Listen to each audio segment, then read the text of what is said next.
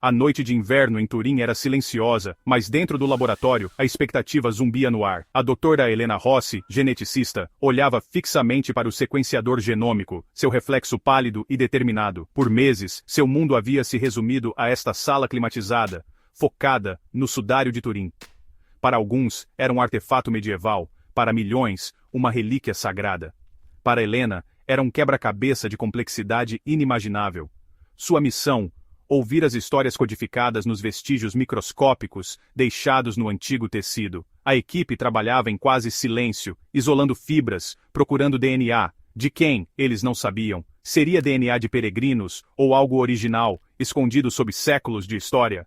Helena observava linhas de código rolarem na tela, sabendo que a qualquer momento poderia surgir uma descoberta que mudaria tudo. Esta noite, a análise profunda começava. Esperança e pavor se misturavam no ar. A ciência exige ceticismo, mas também prospera na descoberta. Eles estavam à beira, prestes a ler uma história escrita na linguagem da vida, esperando em silêncio por 2000 anos. Extrair DNA do sudário era a arqueologia forense em sua forma mais delicada. A equipe usou métodos não invasivos, fitas adesivas, ablação a laser, para levantar partículas microscópicas do linho. Cada amostra, menor que um grão de areia, era um potencial tesouro de informação genética. Na sala limpa, o verdadeiro desafio começou. O DNA estava fragmentado, como confetes de uma enciclopédia perdida. O sequenciamento de nova geração e algoritmos poderosos uniram esses fragmentos antigos. A batalha era contra a contaminação, séculos de manipuladores, bactérias e o ambiente. A equipe construiu um banco de dados de genomas conhecidos, filtrando monges, curadores e micróbios comuns. O que restou foi o sinal no ruído DNA que não correspondia a nada em suas vastas bibliotecas. Era um trabalho lento e metódico, longe dos momentos cinematográficos de Eureka. Eles não eram apenas cientistas, eram tradutores para o passado silencioso. A primeira anomalia apareceu às 3 da manhã, uma sequência de DNA sinalizada como não atribuída. Dr. Marco Bianchi, exausto, reexecutou os dados. O resultado foi o mesmo, uma sequência biológica, mais estranha a qualquer genoma conhecido. Helena se juntou a ele, eletrizada pela descoberta. Mas fragmentos surgiram, todos compartilhando as mesmas características estranhas, antigos, degradados, mas profundamente diferentes. Marcadores genéticos únicos, nunca vistos em qualquer população humana, emergiram. Era como se tivessem encontrado um ramo perdido da humanidade, um eco biológico no linho. A equipe verificou os protocolos 3 vezes, recalibrou as máquinas e realizou novas análises. Cada teste confirmou. Uma porção significativa do DNA do sudário não pertencia a nenhuma linhagem humana conhecida. Era semelhante ao humano, mas as variações eram impossíveis, como uma música familiar tocada com notas impossíveis. Eles olhavam para Sinstada Sin, Inara Daran Saturday, Turpustanan Kadanam, Turdan, Bijoan Simbi, Isbiolodon, Lawrence Einerdan, e Starigan Skurgoidara de um fantasma. O ceticismo do laboratório deu lugar ao espanto, o impossível havia se tornado dado. Analisando a função do misterioso DNA, a equipe encontrou genes para trauma e reparo regulados para além dos limites humanos. Era uma assinatura genética de imenso sofrimento. Um grito biológico congelado no tempo. Marcadores de dor e dano tecidual estavam fora do comum. No chamado DNA lixo, encontraram padrões bizarros, repetições e inversões, como se o genoma tivesse sido atingido por um choque massivo e externo. A única comparação, sobreviventes de eventos catastróficos de radiação.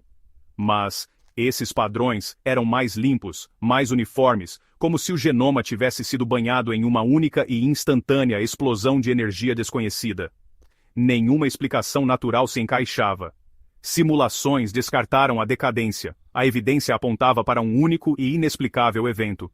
Os dados falavam de um homem que suportou trauma extremo, e depois foi submetido a um flash de energia intensa na morte. Os ecos desse trauma ressoaram por 2000 anos, aterrissando em seu tranquilo laboratório em Turim. A descoberta pesou muito sobre a equipe. A ciência havia se tornado pessoal. Eles eram testemunhas, não apenas observadores. Debates noturnos mudaram de técnicos para filosóficos. Marco perguntou: o que poderia ter feito isso? Helena, responsável pela pesquisa, sentiu uma profunda empatia pelo homem no sudário.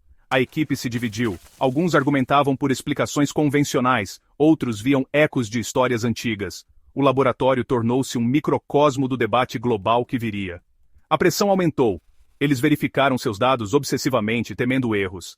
Cada membro confrontou suas próprias crenças. O elemento humano, medo, admiração, dúvida, tornou-se inseparável da ciência. Antes de publicar, Helena informou os custódios do sudário. Em Roma, ela apresentou as descobertas a oficiais do Vaticano, um cardeal e um cientista jesuíta. Ela explicou a extração, o sequenciamento e o DNA inexplicável. Os oficiais ouviram em silêncio contemplativo, perguntando não sobre a ciência, mas sobre seu significado. A ciência nos dá uma nova linguagem, disse o cardeal, mas nos dá sabedoria. Para eles, o mistério do sudário não foi ameaçado pela ciência, foi aprofundado. O Vaticano não suprimiu as descobertas. Eles aconselharam cautela e prudência. Eles instaram Helena a garantir que a pesquisa fosse irrefutável antes de torná-la pública. A preocupação deles era pastoral. Preparar-se para a onda espiritual que a descoberta desencadearia. Os sussurros do Vaticano eram de uma preparação profunda e cautelosa. Quando o artigo foi publicado, o mundo se fragmentou, a história viralizou, DNA do sudário de Turim mostra anomalias inexplicáveis. Canais de notícias interromperam programações, sites caíram, manchetes sensacionalistas substituíram a linguagem cuidadosa de Helena. DNA alienígena. Prova da ressurreição. Crentes viram validação, céticos gritaram fraude. A comunidade científica explodiu. Conferências, laboratórios rivais, debate acalorado. Helena e sua equipe foram lançadas aos holofotes, repetindo: os dados são o que são, não estamos fazendo afirmações teológicas. A tempestade gerou cultos, teorias da conspiração e especulações infinitas. O sudário tornou-se um ponto de inflexão cultural, um teste de Rorschach para Helena. Jan Adil Stachny. As pessoas viam o que queriam: milagre, farsa, quebra-cabeça ou mensagem das estrelas. A descoberta silenciosa havia desencadeado uma conversa global sobre ciência, fé e humanidade. O mundo mudou. À medida que o frenesi da mídia diminuía, uma reflexão mais profunda começava. A descoberta central permaneceu. DNA único, marcadores de trauma, assinatura de radiação. Ninguém podia refutar os dados de Helena. As descobertas brutas permaneceram. A humanidade enfrentava uma pergunta além da ciência. Se o DNA não era de uma linhagem humana conhecida, o que era? Era um proto-humano perdido, ou algo fundamentalmente diferente? A assinatura de radiação era a mais perturbadora. Um evento de imensa energia, localizado em um único corpo. Físicos teorizaram descontroladamente. A ciência convencional não oferecia respostas.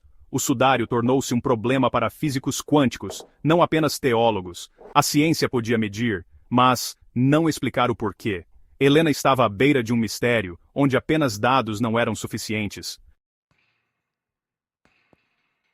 Agora, o mundo vive com o mistério do DNA do sudário. O ruído diminuiu, mas o enigma se aprofunda. O sudário é visto como um recipiente, contendo uma mensagem que estamos apenas começando a decifrar. O laboratório de Helena continua, junto com outros em todo o mundo. Historiadores, teólogos, físicos, geneticistas. A busca por respostas impulsionou a ciência e a tecnologia. O sudário tornou-se um catalisador para a colaboração e a humildade. Para Helena, o trabalho agora é pessoal.